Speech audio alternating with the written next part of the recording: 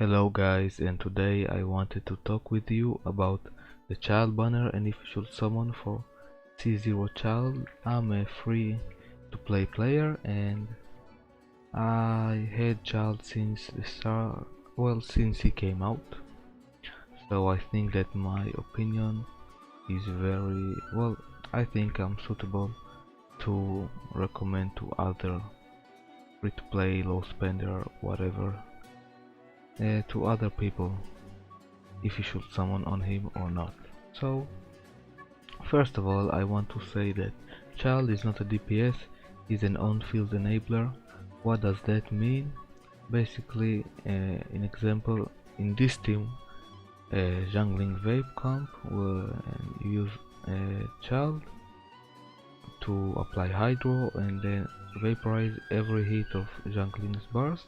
So use jungling's burst and then you switch to child, use his E and applying hydro, and that's basically how it works. Whenever jungling's burst ends, then you switch and farm particles to get it again and then start the rotation again. That's basically a brief explanation of how the team works. So yeah, he in his teams doesn't do the most amount of damage. Again, for example, in this team it's jungling that does the most amount of damage, but the end result, the DPS of the whole team, is very high. Now, even though the DPS and the team is very strong, the problem with child is the high investment that you need to give for his teams. For example, you need to build 2 DPSs in this team, which is child and jungling. In fireworks comp, which is child with Beidou and Fischl, you need to build him, Beidou and Fischl. So the investment is very high, but the result is very strong. Now, if you have jungling or Beidou built already, then I'd recommend summoning for child. When you pair him with them, it's amazing. The comp is very strong. You do a lot of damage, just destroy, you do a lot of AoE damage. But if you don't have them built, I won't recommend summoning for child. But if you have the will to grind artifacts for both child and jungling, or both child and Beidou, and build them both, then definitely go for it. He's very fun to play, and yeah, these teams are very strong. Another problem with child is the cooldown of his melee stance. As you can see, the cooldown is it can be very high. It's up to 45 seconds and it starts with 6 seconds. So basically, the longer you stay, the higher the cooldown is.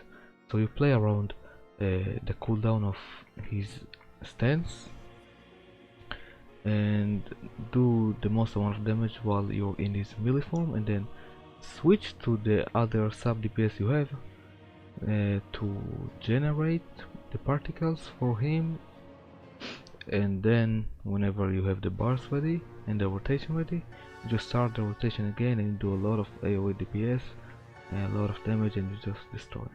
So that's basically how him and his teams works and how you play around his E, so the cooldown is not that bad as it looks or seems like. And again, child's team comps are very strong, and that's why it requires such a high investment for them. But the longer you play, the higher your investment will be, and the more characters you'll be able to build, even if you're free to play. And now as a free to play can build I built both of them, even though I didn't really intend to build jungling, because at the start I didn't really know how to play child. But now that I know, I just left whatever I had because farm for Tau, and the result was insane. I didn't know the child was that strong, honestly. So yeah, even if you're free to play, you can reach that level of investment, but again, the problem is it will take you time to get there. So another one of child's advantages, other than having a very strong team, is the fact that you don't need Xingqiu. Child does not need Xingshu in his teams, so you can free Xingshu for your other team if you have a Pyro carry or a Kaching or even Razor. They all want Xingshu. Xingshu helps them. Xingshu is a very strong sub DPS, and if you don't need to use him on Child's team, or it will even be a damage loss to use him in his teams, and it's very good because you can use him on the other team. Basically bring the best out of both of the teams, basically. So yeah, that's why I'd recommend for free to play or low spenders to summon for Child. He does not need constellations because, as I said, you play around his E cooldown and it's not that bad. Honestly, I can easily 9-star Beast. Actually, I have a showcase on my channel which I 9-starred a Beast 12, and I used this team in both halves, which shows how strong it is. Like, it doesn't matter which or where you take him, he'll do amazing if you know how to play the team. So yeah, that's why I would recommend summoning for Child. Generally the banner, in my opinion, is not that good. The 4 stars are okay, Bishop is very good, Rosaria is good, and Barbara is... she's not bad, but you get it for free. You get here for free and you don't need constellation, so overall the banner is alright, not that good. But Child is very strong, so yeah. If you like him, definitely go for him. He's a lot of fun. His E-stance, in my opinion, his melee stance is my favorite. Well, it's just my favorite to play. It's very flashy and very nice. So yeah, those are the reasons I recommend going for Child or summoning for Child. And yeah, just know that the investment for these things are strong, but the result is very high. And you don't need Xingshu for him to function properly.